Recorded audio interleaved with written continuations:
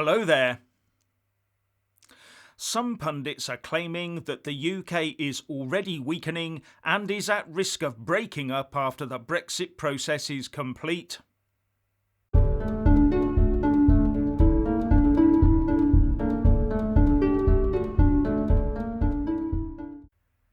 Firstly, please subscribe and like this video to give my channel a boost, and I'm always uploading new content, so please do check back daily.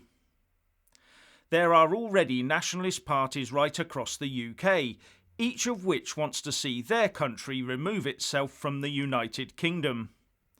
And some of them want to then see a seamless transition for their part of the UK from being controlled by Westminster to being controlled from elsewhere.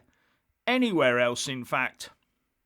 In Northern Ireland, for example, most nationalists want to see UK control substituted with EU control via Dublin. In Wales, nationalists want British and UK Westminster control removed and replaced by EU control through the Senedd. And in Scotland, nationalists want a Brussels-controlled Holyrood to run the show. In England, as far as I can see, most nationalists want to rid the country of British and UK control, but in contrast to the others, keep the control in England and not hand it over to an external body. Now you'll notice that I refer to British control and UK control, and that's because the UK is made up of Great Britain and Northern Ireland. And Great Britain is, according to Britannica.com, a political term for the United Kingdom made up of England, Scotland and Wales, including the outlying islands that they administer, such as the Isle of Wight. United Kingdom, on the other hand, is purely a political term. It's the independent country that encompasses all of Great Britain and the region now called Northern Ireland. And many people will of course vehemently argue that the UK and or Great Britain are in fact made up of different countries and that it is not one single country. Wales legally became part of England in the 1500s, and Scotland and England joined together in 1707 with the Acts of Union. And Northern Ireland became part of the United Kingdom in 1921 when it was formed due to the partitioning of Ireland by the Government of Ireland Act 1920, and the south of Ireland was formed into the Irish Free State. And a lot of blood was spilt on the way to this outcome across the whole UK. So it is understandable if feelings about the UK run deep, on both sides of the argument, either for the Union or against it. And the closer we get to the UK finally leaving the Brexit implementation period and the clutches of the European Union, the more the internal UK debate will turn to independence for Scotland, Wales, Northern Ireland and yes, even England. And you can expect Cornwall and Wessex to make a showing too. Especially from those that want to see their country leap out of the Westminster frying pan and into the Brussels fire. Because the sooner they're able to get cracking on that, the sooner they can ditch the pound and put euros in their wallets and purses. You know, to show how independent they are.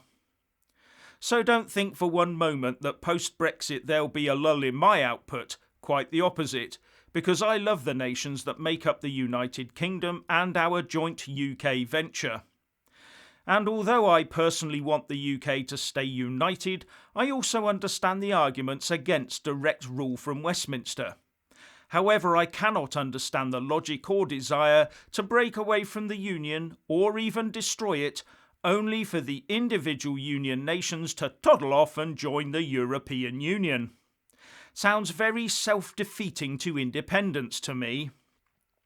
Although I can see the logic of using the European Union and the Euro to achieve separation from Westminster. But then what? Sit and be told what to do by Brussels, which is even further away from them than Westminster is. In fact, the closest UK capital to Brussels is London. And they would have fewer politicians and less overall say per capita into the bargain. But if that's what people want, then who am I to argue? as I do believe that every person should have a say in their own futures with some sort of meaningful vote. Now, with Brexit will hopefully come the promised constitutional changes to make the UK stronger. But this will unsurprisingly be met with strong opposition from nationalists, because those changes will have the result of beefing the union up. But what is surprising is that nationalists in Scotland, that is the Scottish National Party, are already arguing against taking more powers for Holyrood. Once Brexit has fully taken place on the 31st of December, the Scottish Parliament will have far more power than it does have right now while the UK is under EU control. In fact, the SNP has called the plans to give it more power as an attack on devolution. But Tory Constitution spokesman Dean Lockhart said in a debate about the proposals for a new UK internal market that 100 powers that get repatriated to the UK as a result of Brexit will be transferred straight to Holyrood. At the end of the transition period, the Scottish Parliament will enjoy a power surge, making this Parliament more powerful than ever, he said. He also said that, over the past decade, the UK Conservative government has transferred unprecedented powers to this Parliament, including areas in taxation, 11 different welfare powers, although they're not used by the SNP, and areas covering consumer protection. That's what real devolution looks like. But of course the SNP does not want those extra powers. They want those powers to be exercised by Brussels over Scotland. So if the SNP were ever to get their own way, they would be surrendering powers to an external government. The SNP says it wants control, but it doesn't. Its supporters seem to just want the veneer of independence. Can you imagine the Scottish fishing community celebrating a bumper future after Brexit, only to have it wrested from them by their own government? Now, many have argued that to strengthen the union of the UK, we need to rein in the powers of the devolved administrations, or even abolish them altogether, in favour of direct rule from Westminster. And the Brexit Party has stepped into the argument with Mark Reckless, a Brexit Party Welsh Assembly member, saying his party will campaign in next May's Assembly elections to scrap the Senedd and replace it with a directly elected First Minister. And straight away he lost the support of Brexiteer Caroline Jones, an independent MS for South Wales West, who resigned from supporting the Brexit Party grouping.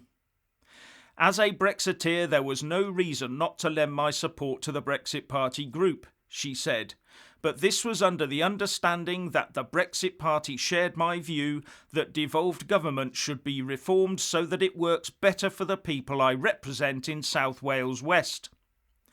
And she went on to say, their current stance is one of an anti-devolution party which is against my principles. My belief is that Westminster doesn't provide all the answers, and while devolution in Wales has a long way to go before it is truly representative of the people of Wales, it is something which the majority of people in our country voted for on numerous occasions. I therefore honour that democratic decision and want to make devolution work for the people of Wales rather than undermine it. So, as Brexit quickly fades after the 31st of December, we may well see a crystallising of opinion over the following months about how each of the 4 regions of the UK see their future within the Union, or even outside of it. And the temptation for Boris and his Conservative and Unionist Party will be to throw as much dosh at it as possible to try and keep it together. And as I've said before, that will only bolster support for the Nationalists, as they claim how well they're running their country with all that money, forgetting to tell us that it's with other people's money. And if Boris isn't careful, his first constitutional discussion will be with Her Majesty about breaking up the Union, and his second discussion will be with the Admiralty, telling them to look for a new home for the nuclear deterrent. Anyway, if you want to hear more from me, please don't forget to subscribe and also press that little bell, or you won't get any notifications. And if you want to see more of me, buy a mug with my mug on it by following the merchandise link in the descriptions box below. So, do you think the UK as a union will be stronger or weaker after Brexit has completed? Please share and comment, and thank you for watching.